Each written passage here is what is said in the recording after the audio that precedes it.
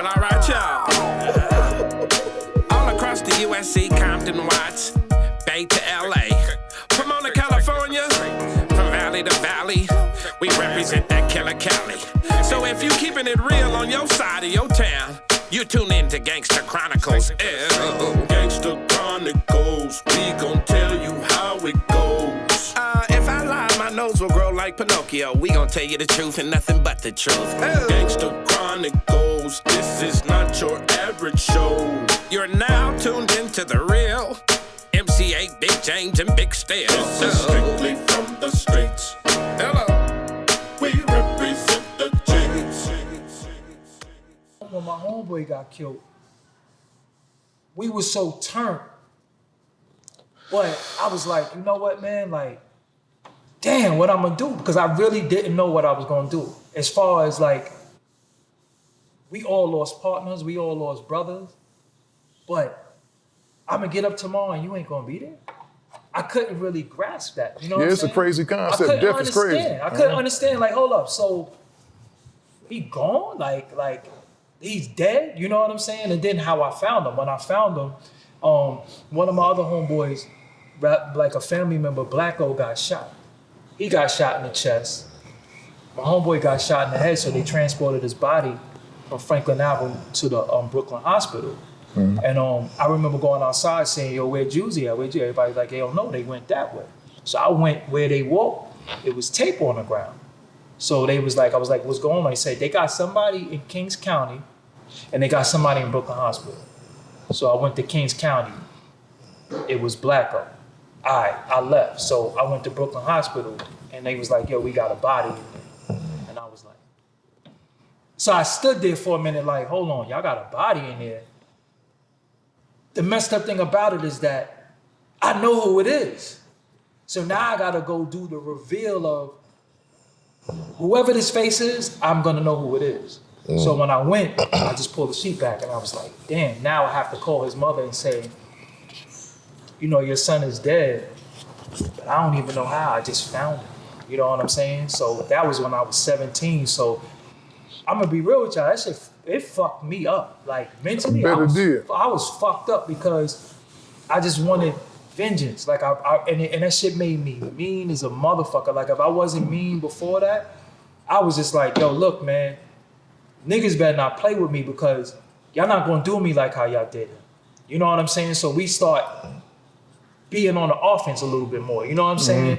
But then this music thing, I got this shit in me too, and I actually got talent. So it's like, man, you gonna do this music shit or you gonna be in the fucking street? And I kind of chose the music. You know what I'm saying? I chose the music, and that shit saved my life. Now, this is how deep it is. When he got killed, I always would have been with him, but I was making a beat.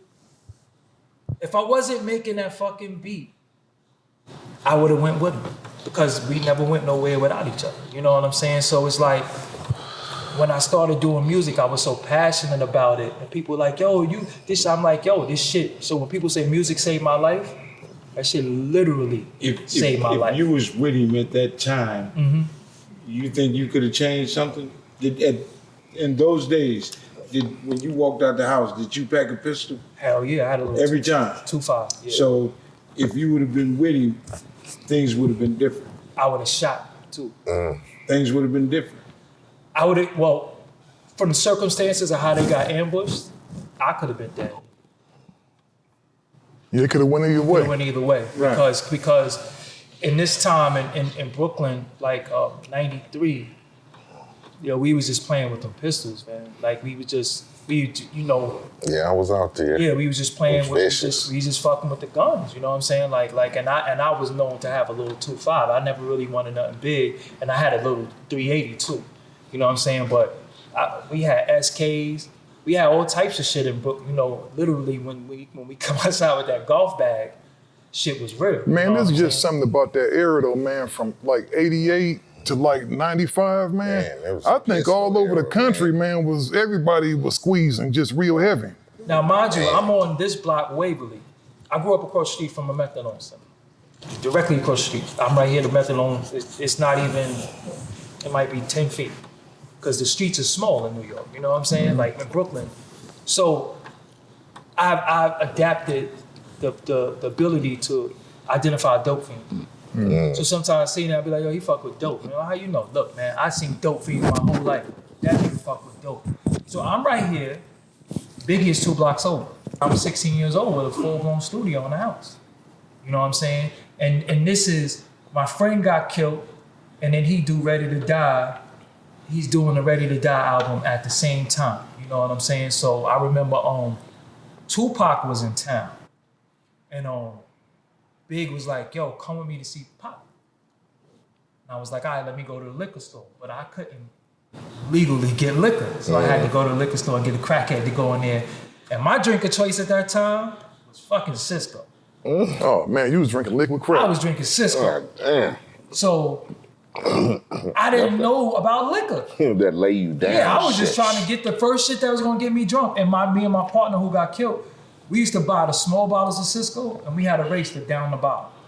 Oh man, I couldn't handle that shit. This is what I'm saying. This That is made how, my stomach burn. yeah.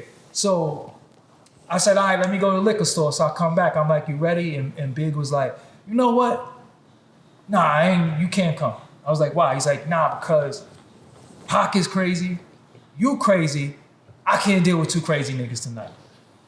We'll get up another time. So he went to the hotel to see Tupac. I think Tupac was he might have been in the Park of Meridian at the time. You know what I'm saying? He was at the Park of Meridian. So Tupac came to my neighborhood, was out on Fulton Street. So how was Tupac to you? What type of person was he? He had a temper.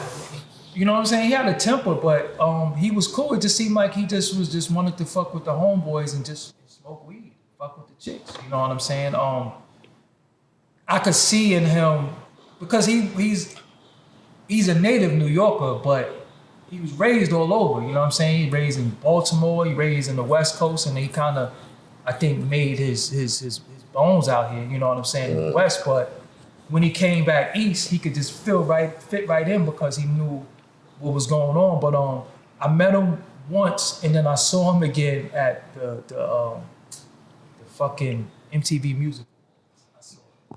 And the circumstances of seeing him, yo, that shit is so funny because he died 3 days later. That's crazy as Died hell. 3 days later. And it was the whole, James, you probably was there because the whole fucking death row with it. You didn't go that time? Yo, listen, I never seen so many niggas that Death Row had out here for the MTV music. Nas was there. I saw Nas and AZ.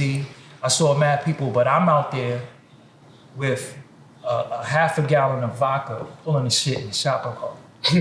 So my cousin is out there. My cousin Rhyme and these Death Row dudes was like, yo, yeah.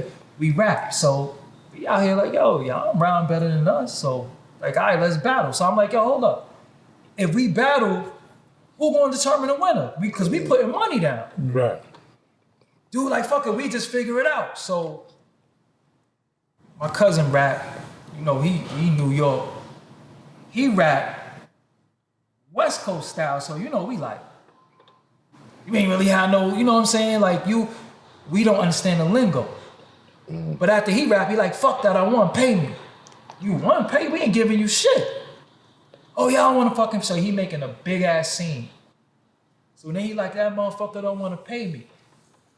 We look up, I seen a sea of niggas coming. Guess who in the front? Sure. Pac.